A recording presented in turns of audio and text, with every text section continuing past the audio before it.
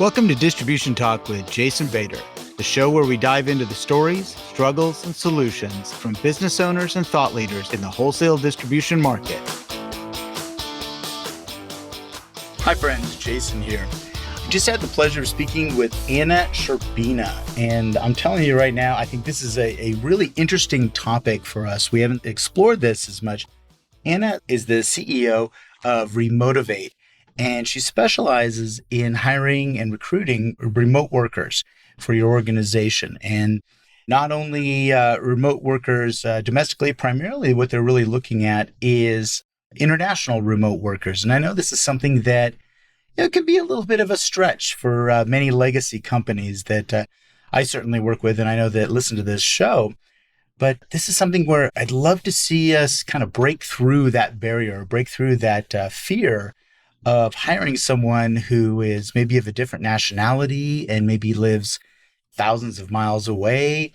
And how can we utilize someone like Anna to help us recruit teams that don't necessarily have to come into our office? And I know this is kind of that big leap of faith, but it was just a fascinating conversation and listening to her journey and the way they go about, vetting candidates is really designed to make you as the business owner or the manager who's looking for a remote person. It's designed to make you feel just so much more comfortable in that process. So thoroughly enjoyed speaking with Anna, and I hope you enjoy our conversation. This episode of Distribution Talk is sponsored by InSQL Distribution Software. InSQL is a fully functional distribution-based software package, and these folks do it very well at a price point many smaller distributors can afford. Another thing I like about this company is they do it all in-house. They take on these applications and build them into the platform using state-of-the-art Microsoft technology. No third-party bolt-ons for them. This is important because when you need technical assistance, they are the single point of contact. If you're ready to step up to a fully loaded, scalable distribution package at an affordable price, look no further than InSQL Distribution Software at www.insql.com. That's INXSQL.com.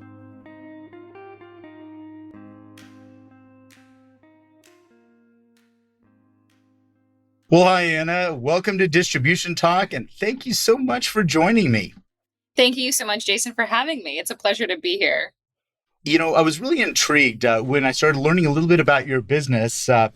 Remote work, this has been a hot topic. This has been a big topic, for the last several years, obviously brought on by the pandemic, and it's kind of fascinating. And now you've taken it a little bit further than the neighborhood or the going home, but could you share with us a little bit about your background and how you got involved with remote work? So just to give you a little bit about me, my entire background has been operations and recruitment. I've been doing this for the past, I want to say over 10 years now. It's been a while. It's been a minute. So that's just always been my background. Recently, I realized that I've actually never hired for an in-person job, like being in an office, hiring somebody for an office. I've always hired internationally and remote when it comes to the process. So I started actually by sending people abroad all over the world for different programs, exchange programs, work programs. That's where I started 10 years ago. Now, I want to say this was 2017 when I got into the remote space and I started getting opportunities in operations and recruitment. I never really set out to become a business owner. That was never my intention, to be completely honest. I think a lot of people want that, and they talk about how they've struggled to become a business owner. It just never was a goal of mine. I'm not a marketer.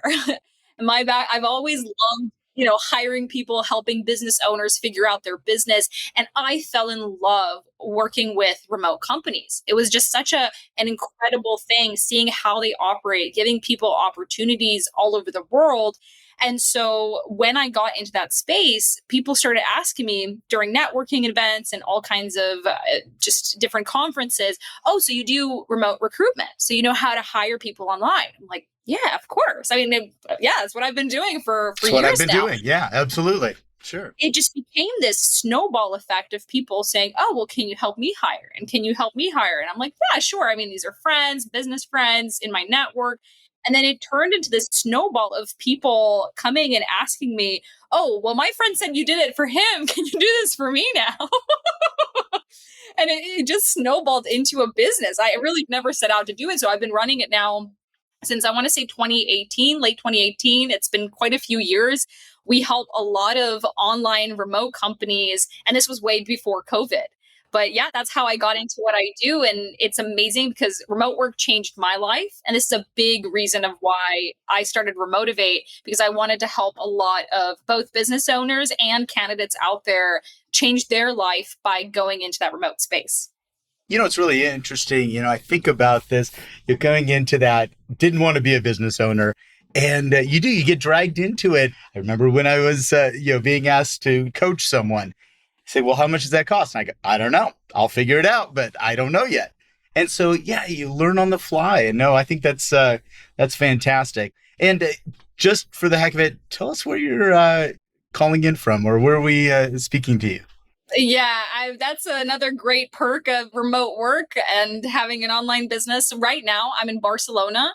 I'm based out of Barcelona, but I've had the pleasure in the last couple of months. I was in Playa del Carmen, Mexico. I was in Bansko, Bulgaria. I was in Madeira, Portugal. But I do base out of Barcelona these days. Gotcha. No, I think it's interesting that you embody this, that it's not just a company that you recruit for and you help others. This is what you are. This is who you are. This is, you embody this world. And so I think that makes it more authentic, and you can really look at those candidates and help those candidates say, hey, look, I do this. You can too. So if you could talk a little bit about, I guess, why it was so important for you to help. Let's start on the business owner side, to help find international candidates. And I assume that's primarily what you're helping them locate. Yeah, so we hire candidates from all over the world, North America, Europe, Latin America. I mean, we've hired on 6 continents. I always make this joke, but if we could hire in Antarctica, we would. Give it a shot. Yeah, why not, right? So we do hire all over the world because a lot of these companies, they want the opportunity to be able to get candidates with salaries that are a bit more affordable, especially if you're bootstrapping a business and you want to grow a team pretty quickly. That's quite hard to do in North America. It's okay if you're at a point where you can afford that, but a lot of companies are starting out. That's the whole point of the remote space. It really allows so many more business owners to get out there, entrepreneurs to get out there and build a team up and grow much faster because there are incredible staff all over the world that are a fraction of the cost because the living costs are so much lower to be able to live in those For sure. countries in Southeast Asia or Latin America. So when you are looking at building a team or recruiting a team, I guess, do you find that people have already clustered together, or are you pulling individuals, bringing them in and matching skill sets, saying, okay, I think I can build a team here? Oh, well, I guess, do you mean in regards to specific role or do you mean? Yeah, let's say that you wanted to have an e-commerce team or, a marketing team of some sort. Do you find that there are people that have already kind of clustered together and they build themselves as a crew to come in and work on a project? I think it really just comes down to, there's a couple things here. One, there's the strategy aspect. Some business owners will hire an agency that has a team. So instead of going about and having to hire those people individually, you'll just pay a fee to an agency. We don't really do that. We generally have clients come to us and say, hey, Anna, we need a rock star e-commerce manager, or really need somebody that's going to be the marketing manager or the social media person. Can you help us find that person? And we go ahead and we have different ways of serving our clients, but that's how we're going about it. Really tapping into finding the best individual for the job. Gotcha. So primarily, and I'm just going to make an assumption here that primarily the candidates you're working with, they are English speaking, and that this is not an uncomfortable situation. There's not going to be a language barrier. I think these are all fears that are going to come up when someone is looking into this. Yeah, absolutely. What's really interesting, the surprising factor when hiring internationally is not the language barrier as much as it is the cultural barrier. Because you'll have people, let's say the Philippines, English is one of their main languages. So everybody Yeah. in the Philippines speaks English. But what, for example, somebody might have a challenge with from North America connecting with a team in the Philippines, for example, is that there is a huge cultural difference. Just the same way if you were hiring from India or Eastern Europe or Latin America or South Africa, each part of the world is very unique and culturally different. And there could be communication issues, not because of the language barrier, but because of the cultural barrier. I gotcha. Okay. Okay. Well, when you're recruiting and you're looking, let's say, again, a company is coming to you and saying, I need to start building a team. What types of roles or positions or teams tend to be easier to recruit or tend to work best for you? These are kind of your slam dunk, easy, I got this, no problem. What tends to work best? I just want to say, because we work with so many different companies, the most requested roles are either marketing related or operations related. And when I say marketing, I just mean client forward, right? So it could be account managers, customer client success managers, like that can be counted as even marketing because they're upselling, or salespeople, Okay. right? So there's all kinds of things on the marketing side. And when I say operations, it just means anything that's internally facing. And again, that could be so many different things. It doesn't have to be related to, being an operations manager or a general manager. But the roles that we typically hire for and that are scaling the fastest are either internally facing, operations related, and the day-to-day related, back end of a business, or a customer client focus, which is like that sales marketing side. So when you started out and you started getting these requests, what kinds of roles were people really, asking you to go recruit for? Where was your sweet spot early on? I would say operations, just because my background's an operations manager. So I used to do a lot of Gotcha. operations consulting. So a lot of companies would hire me to consult on their operations, and they would say, how do we get another you? Like, just let's clone you and can you hire somebody like you? Okay, I gotcha. So that's actually ended up being our most requested role. We do operations positions from $2,000 a month all the way to $300,000 a year. So, but we do a lot of operations roles. Gotcha. Okay. And are these primarily working with manufacturing companies? What types of businesses are going out and seeking your services here? There's just a whole variety. So we work with companies that have their own manufacturing. It's a lot of like e-commerce will have their own, manufacturing going on. We work with a lot of agencies that work on the e-commerce side with distributors. So agencies and e-commerce being the most popular ones, but we also work with content and SaaS and affiliate. We do all kinds of different companies. Actually, we love exploring new industries as well. So, for example, one of our newer clients is a construction company. Okay. So that's going to be very Interesting. Sure. Another then government services. So I love that personally. When a new client comes in and they ask like, have you had experience with this industry? I say no. And I'm so happy that I don't, because this is like such a unique opportunity. I always see it as a unique opportunity and challenge. And my team loves it. They love to be challenged. Well, it's interesting, that you mentioned construction. Construction tends to, I guess, from the outside appear to be such a locally based, hands-on. It's an industry that you think, well, how would a remote worker, especially an international remote worker, how could they benefit a company like that? I think that's just something for people to wrap their head around, and that's a hard one. I think a lot of local businesses could actually really use help from international staff, online international staff, whether that's administrative type of tasks, whether that's marketing type of tasks. And I think a lot of business owners don't really consider it. They don't consider this even a possibility to outsource this to somebody outside of North America. Right. So it's a great opportunity. If I could for a moment, I want to go back to kind of going back to your starting the business. I know I'm kind of jumping a little bit here, but I want to go back to you kind of transitioning from that recruiting for someone else, essentially, for a check, that versus you running that business. Something you posted recently, you were talking about failure, and failure was one of the greatest lessons that you've learned as an entrepreneur. Could you share a little bit more about that philosophy and some thoughts around that?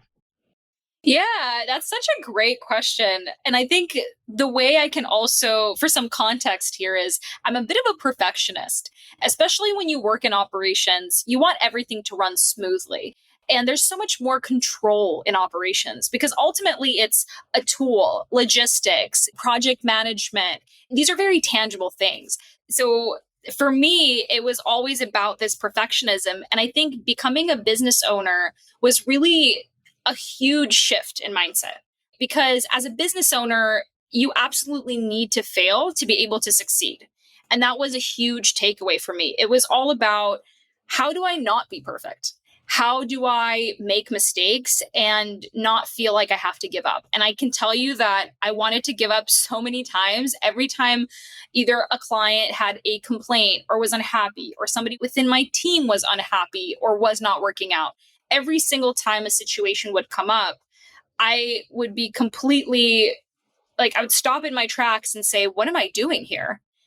This is, Right. I don't know where I'm going with this. I think I should quit because business owners know what they're doing. They know how to hire. They know how to run a team. They know how to market their product. They know how to make sure all their customers and clients are happy. But that's not true. Like most of us, I have a huge network of business friends and business owners, and most of them don't really know what's going on. They're figuring it out along the way. And that was a huge insight for me. And so my biggest takeaway was, how do I see every failure as an opportunity? How do I take that and turn that into a better process, a better onboarding, a better hiring, a better process for our clients, a better experience on one or other place in our business? It's every single time when that disappointment hits, that's the first initial thought. It's like that disappointment. The next thought is, how do I use this to level up? So that's to answer your question around, I've really used failure as a fuel to grow the business, but it took me a minute to get there for sure. Oh, for sure. I mean, I'm a perfectionist as well, and I think it is a barrier. It's an absolute barrier. I think there's a lot of fear associated with that failure or something not going according to plan. And yeah, if you can get to that point where it's okay and you can embrace that fear and embrace that change, you're going to be so much more successful. I mean, I think about your comments around, well, a business owner should know this or a CEO should know this. And there's this imposter syndrome that we run into constantly. And actually, I have a lot of people that reach out to me and say, hey, I don't know I don't know what I'm doing. Should I quit? I'm feeling, very overwhelmed. And I'll say, look, we all are. This is something that happens. It's okay. But boy, if you can get to a point where you can embrace that and do something with it, there's no limits at that point, because these situations are going to come up so constantly. And I think you're right. It leads to great opportunities, great directions for your organization. I also wanted to add this one thing because I feel like many people who are listening have this experience, right, of around failure. And I think one big takeaway is that whether you're starting your business and you feel completely lost. I was talking to somebody recently who is at a very early stages and they're like, I don't know how I should do this. And then I talk to people that are at 100, 150, a million, 9-figure business owners. They're like, Anna, so what do you think? How should I do this? And so right. The question of, well, what should I do? Doesn't matter how large the company gets. I am sure billion-dollar companies ask themselves those questions every day too. Consumed with meetings about what am I supposed to be doing here? And I think it's interesting, really, again, overcoming fear. And the reason I kind of brought this up, and I wanted you to share a little bit more about this, is because I think it's a lot of when legacy businesses, people that have, maybe multi-generational, a lot of the people that I work with and a lot of the listeners here are multi-generational family businesses. And they've been doing things a certain way forever and ever. And really, hiring, first of all, remote work was just, even if it was someone just 2 miles away, this was a shocker. This was really hard and still very, very hard for some of these legacy businesses to get their head around. And there's a fear. There's a fear that people aren't going to work. They're not going to produce, and whatever the fears may be. But then now you take this to kind of the nth degree where you're considering someone who doesn't even live in the same country you do. This is a fear-inducing state, I'm going to suspect. So how does your team, or how do you help these owners overcome that fear and overcome this barrier? I mean, it really is a barrier. I agree. So, Jason, I completely agree that if you've never hired remote staff in the past, it can really be a challenge. Because as I said, without the experience of working with an international team, you can get into a lot of conflicts or confusion or not sure not only how to vet the people that you're talking to, but also how to work with the people you're talking to. And sometimes those cultural differences can affect work. So, my biggest recommendation for people from North America, the United States especially, if they're hiring people outside of the country for the very first time and they're trying this out, really focusing on one, Mexico being like that first spot to look at, and then Latin America. Okay. The reason why I really recommend these regions is because a lot of the people locally will be going to American schools. So people that you'll find in the remote space that they're working online, they're working with these international companies. They've had experience maybe freelancing or doing all of this online. They've usually come from a background of either living in the States, having family in the States, going to American schools, having some sort of American tutors, or being really integrated in that culture or have some sort of that culture growing up. And that, again, takes away a lot from that barrier. Versus if you look at, Asia, like Southeast Asia or Eastern Europe, I think the differences are much more vast. If you're going to this the first time, going after and recruiting people from Latin America, you'll find is a lot easier and you can relate a lot better versus other regions in the world. That's really interesting because I wouldn't have I wouldn't have thought that. I mean, I would have thought that most of the time you'd be recruiting from Eastern Europe or India or countries like that, but makes a lot of sense. Absolutely makes a lot of sense. That you would be looking at Central and South America as a great possibility. Very interesting. So the candidates you mentioned a lot of the ones, especially in South America, is they've gone to American schools. And so when you take a look at candidates, and I'm assuming that you kind of have a stable of candidates. You have some folks in your back pocket that are looking for opportunities. How do you vet these folks?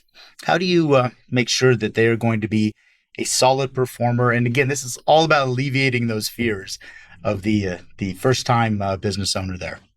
First off, yes, we do have a database of over like 50, 60,000 people. So our database is pretty big at this point. But you got a few people, you got a few candidates out there. Just a few, right? And then social media is also like, we're growing by 1,500 new subscribers every week on LinkedIn. Like we have a huge, huge reach. But I do want to say that the way that we operate and hire is very different than a typical recruiter. And that's because we actually have separate teams on sourcing, vetting, and interviews.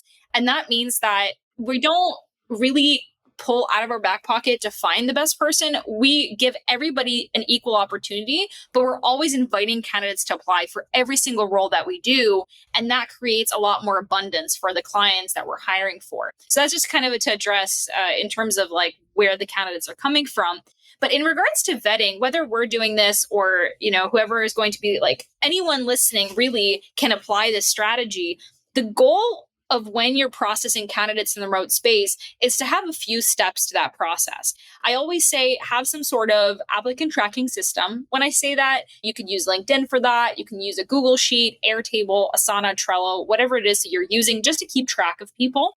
Having some sort of questionnaire, putting together a list of what are the requirements that you have, the logistics of the role, the requirements, and creating a short questionnaire. This could be 10 and 15 questions related to the role and what would success look like. So creating a little vetting questionnaire, have all the candidates that are going into your job post and looking and wanting to apply, going and inviting them to the questionnaire or including the questionnaire in your post. Sure. But that creates so much more clarity around who people are, like the best people are, right? Who are going to be the people that are interesting and are qualified and you should be interviewing. And it's going to save you a lot of time because if you get 100 applications, the first question is, who do we talk to?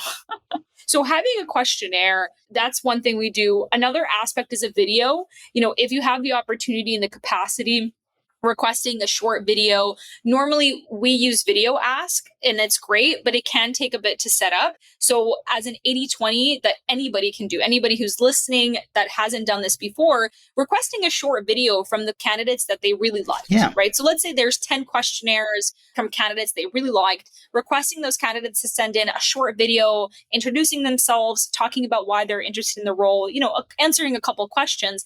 You'll be able to get a sense of their personality, their communication abilities, their English level, right? If you're looking outside of North America, and then sending them into an interview. Because from there, you've been able to take, let's say, 100 applications or 200 applications and really dialing that into 5 people that you might want to talk to.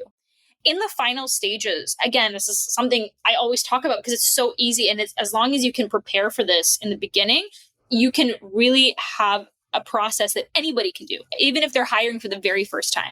So after they've done the interviews, setting up some sort of test project, and everyone asks me, Anna, okay, but let's say I'm hiring a manager. How do I know what kind of test project to do? I always say that the simplest thing you can do is take the 2 main challenges that this person will be attacking or addressing within your business and put that into a test project. Ask them, how would they address those challenges in as much detail as they can. So that way you're clearly, they already created a strategy for you, and whoever strategy you like more, you're able to hire. So creating a test project that's a bit more strategic than task-based. And at the very last stage, and again, this is going to be personal preference, but we do reference checks. So we're reaching out to the past 2 or 3 employers or clients that the person worked with to understand the quality of their work, achievements, accomplishments. Now, to make this easier, again, anybody can do this. The easiest thing is to ask the candidate to provide the references. So they will provide you all the contact information. All you need to do is go on LinkedIn, do a double check to make sure that these are, who they say they are, and then jump on the phone with these people. So you're not even having to do that or find that yourself. You can literally ask the candidate to provide those references for you and make sure that those people are waiting for your call.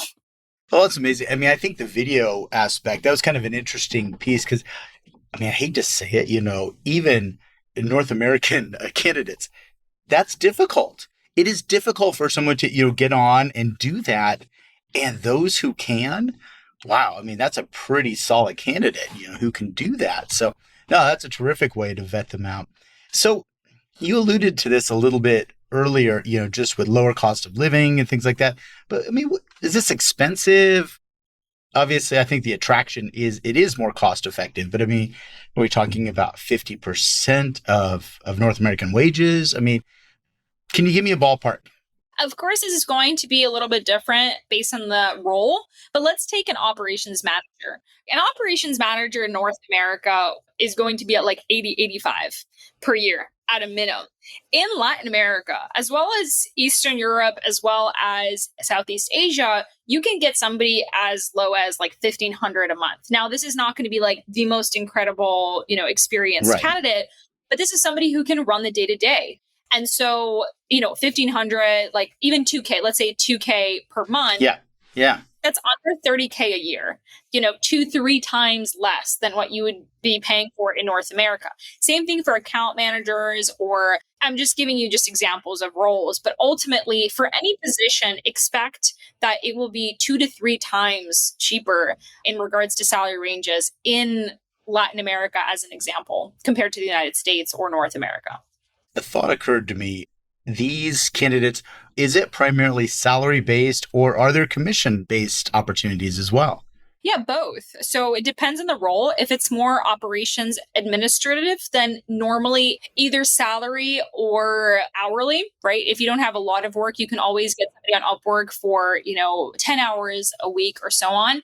And then there are sales positions that are, client facing or marketing positions that you can structure in terms of commission. And even I've done that personally in my own business where I would hire people for different marketing or sales roles on commission, or you have some sort of base in the first month or two. And then as they get acclimated, they get in the flow of things, it turns into a commission only role. So that is absolutely possible as well. Yeah, I was just thinking about the cultural question. if that is culturally acceptable in these different places that you've mentioned. I think the most important thing is to make sure that having some sort of base while they're getting used to that during the training period, for example. So the first 1 to 3 months, it would be good to have some sort of base. But yes, it is completely acceptable to have that. Interesting. All right.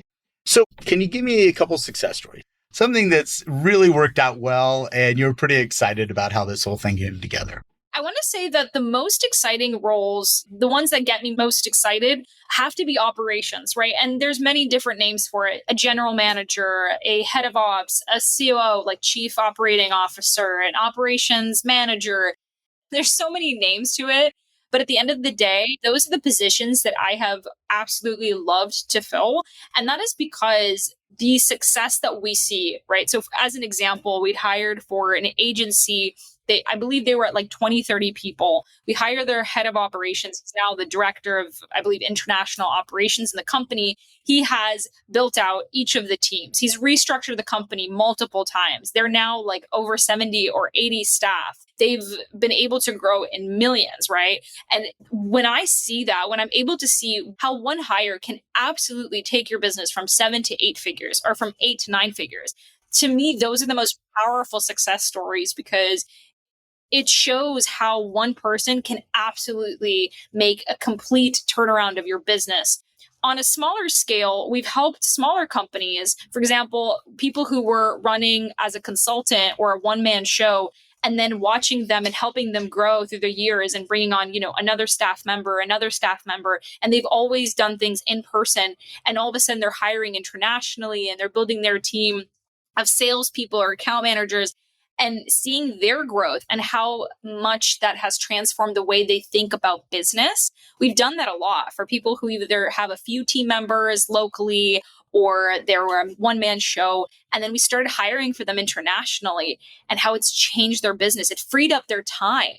They're like, Anna, I'm no longer working 80-hour weeks. I'm able to spend time with my family. I'm able to have the space to work on projects that are not in the day to day and putting out fires. I can focus on big picture ideas of where I want to develop my business and how I really want to grow it. And that's what I think true success is. When we have that more freedom and more business growth. Yeah. And those are such transformational things for business owners. And that's why I say the team makes the business, really, when it comes to that growth. Well, and I think right now, as candidates are so difficult to find in the United States right now, there's just such a frustration, I think, with people finding, solid candidates. And, I hate to say it this way, but, you're afraid of the retreads, that are in your industry. And it sounds to me like there's a fresh approach here that you could offer. The other aspect is that it not only can it save so much money, it could also just create so many more opportunities, so many more people you have access to, so many more skills and abilities. It just opens up so many opportunities that I think just haven't been as available in the past. And so I think it's a great opportunity for many to explore. Yeah, I think entrepreneurs have this fantasy of wanting to work internationally. It's exciting, or I get to speak internationally. But, we just don't know how to get there. And that's really, it sounds to me like something that you can help them or myself, somebody like myself, get there to really understand that world a little bit better. Before I let you go, I did want to ask about a new endeavor that you've taken on, kind of a fun endeavor that I ran across on LinkedIn. It is Roast My Resume, and it piqued my interest. So could you share a little bit more about what you're up to? There is a really cool website that does landing page roasts. And I had a friend say, well, why aren't you doing this for candidates? Because a big passion of mine is helping people land jobs. And I'm like, that's right. The majority of the people who are struggling, even through our processes, just don't know how to position themselves. And I realized, I want to say over 90% of people are not landing jobs because they either don't understand the roles they're applying to, they don't know how to position themselves. And it all starts from the very beginning, that strategy piece, that resume piece, the LinkedIn profile. That's where it all starts.